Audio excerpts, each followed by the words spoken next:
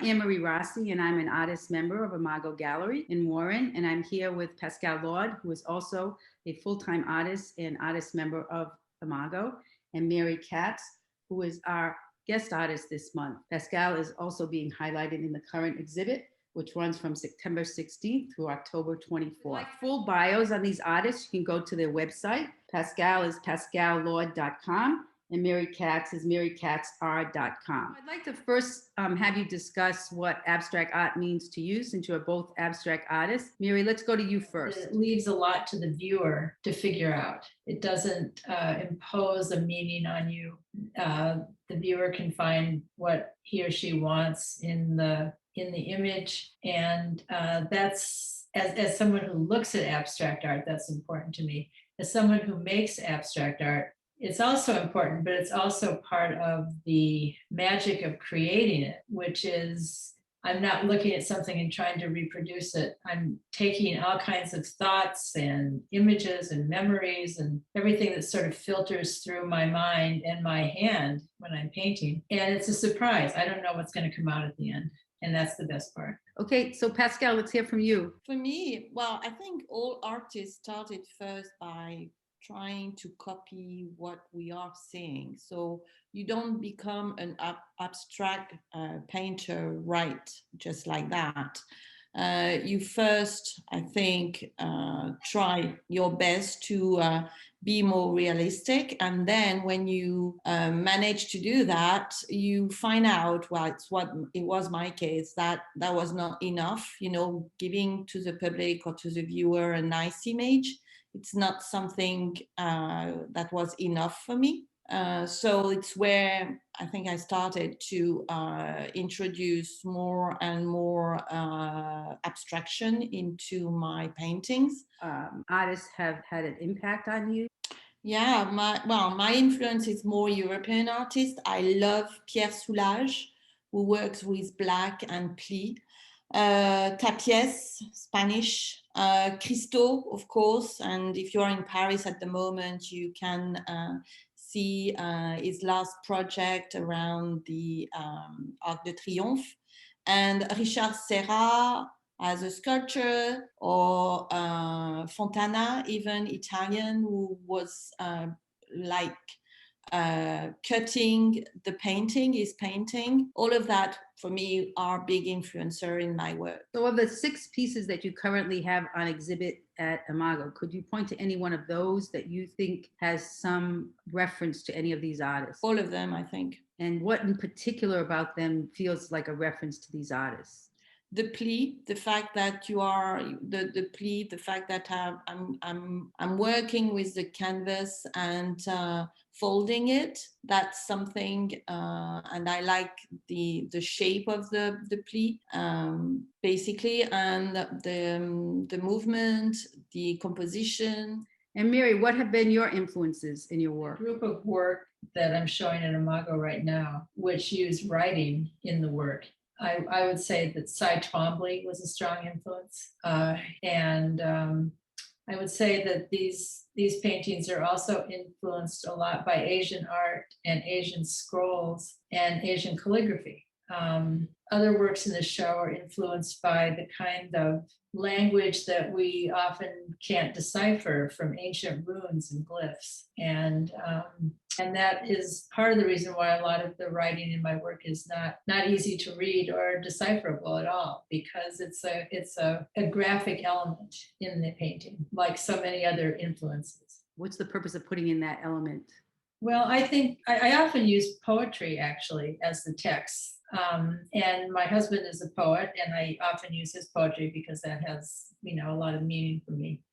But the fact that you can't read it often, a couple of things. There's the materiality of the language, if that's the right word to use, that is just beautiful in itself, the script, the calligraphy. And it also invites your imagination to question, what is this saying? And how does that relate to the rest of what's going on in the painting? And you said that you often collaborate with your husband, who's a poet. Can you paint? Yes, we did. We've done a couple of collaboration series, and one we did last year during the pandemic when we were kind of in lockdown. was called Pandemic Raga. And that is one of the paintings that's in the show. And I have taken the writing in his poem, and it's kind of buried in the background of that image. You can see parts of it coming out at various times. We also made broadsides. We made a broadside of the painting and the poem combined. Pascale, now to you. Why do you use text in your work? The text is an entry point for the viewer to go into my world, and I always use not only poems but text or literature around the woman, being my main subject. The aging, the time passing, and how women have or can have issue with the age, with the fact that the beauty is going away slowly, but with time, you also have another beauty coming up. And that is what I'm trying to put into my work, either by working with the canvas, but also with the words. And because I'm working with abstract painting, it's also a way for the viewer who is not used to not really seeing an image he can recognize. The person can, get into it and be intrigued and wanted to know more about what's going on the surface of the canvas. All of them, the 6 of them, have the word and visible this time. It's not hiding, but I have, on other work, I can write things and then cover and then rewrite and then destroy the canvas to make some other things to appear. Even if you can see some writing on some words, they can appear or disappear depending of how it's put in place on the surface. So Mary, could you tell us a little bit about how you apply the text? And in terms of how I work them into the painting, I work primarily in oils, and I like to work wet on wet. So I'm often inscribing these into the wet paint, the words and the script and whatever it is into wet paint. I might use graphite, charcoal, a crayon, oil stick, some other, just even the end of a brush. I do layered work. So when one layer has dried, then I might write again on that with another one of these, oil stick or whatever. And then my paint is very textured. My paintings are textured. There's a lot of layers in it. I actually work primarily with palette knife, even more than brushes. And what about you, Pascale? Well, I work with acrylics, so but the same thing, I put paint, I write in the paint before it dried out with a piece of wood or with crayons or different media I have, or I want, depending of what the message or what exactly I want to do or achieve on my work. But the same process is this layer technique where you work first layer and little by little it disappears and reappear. And I also destroy a lot of things with Dremel. I work with Dremel directly into the paint or on the canvas that I can destroy. My writing is also when I work with the sewing machine. It's a kind of mark that I put on my work, the orange mark or a gold mark. And that's also a kind of, it's also a type of writing, even if it's not word. So that's basically my tools for creation. Media, you also do installation at the airport in Providence. Do you want to talk a little bit about that for a minute? This one was at the gallery a couple of months ago. It was Voyage.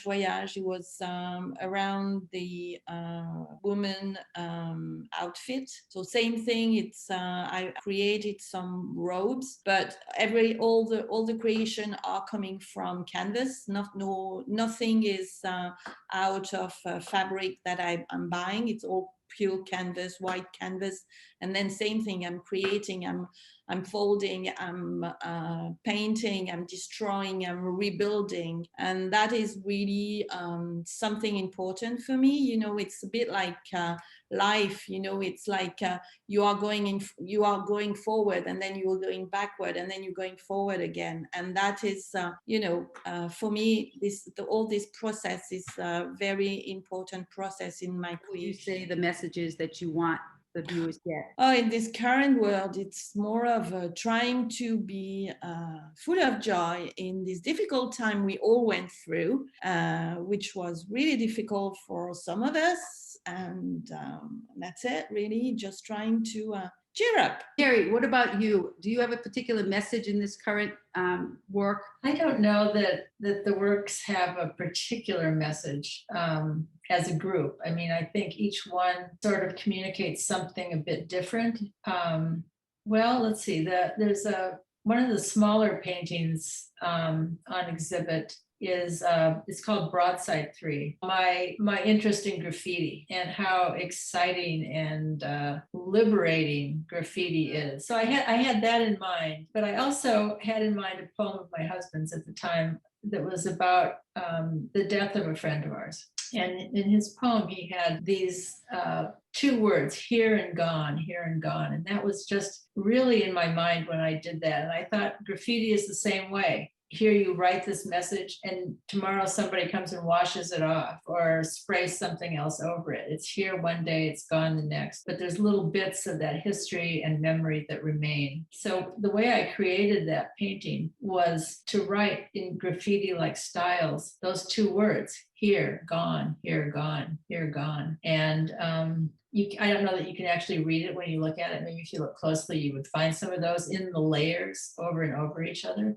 But at the opening of the show at Imago last weekend, I heard someone say that it reminded him of 9/11. And I thought, well, that's pretty close to what I had in mind. And I was surprised and pleased that somebody brought their own idea to that image that I'd created based on other things in my life. So again, that's sort of what I love about abstract painting. Well, thank you. It's been very enlightening talking to you, both of you, and have a nice evening. Thank you. Thanks.